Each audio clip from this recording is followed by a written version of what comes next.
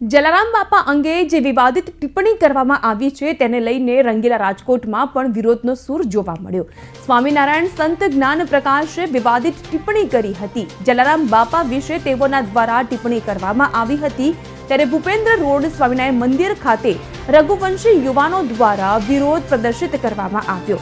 ટિપ્પણી કરનાર જ્ઞાન પ્રકાશ સ્વામીના પુતળા દહન અહીં કરવામાં આવ્યું। જો કે પહોંચેલી પોલીસ દ્વારા ઉપસ્થિત વિરોધ પ્રદર્શનકારીઓની અટકાયત કરાઈ।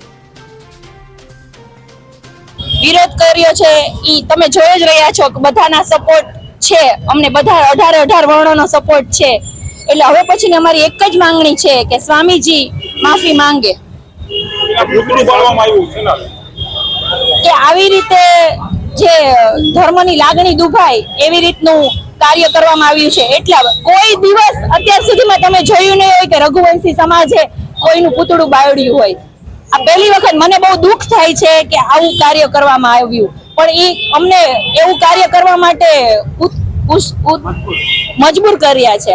આ કોઈ રઘુવંશીનું અપમાન નથી, દરેક જલારામ ભક્તોનું અપમાન કરેલ છે આ સ્વામીએ। અમે નમ્રતાથી એમને અહીંયા આવી અને જલારામ મંદિરે બાપાની એમને માફી માંગવી જોઈએ।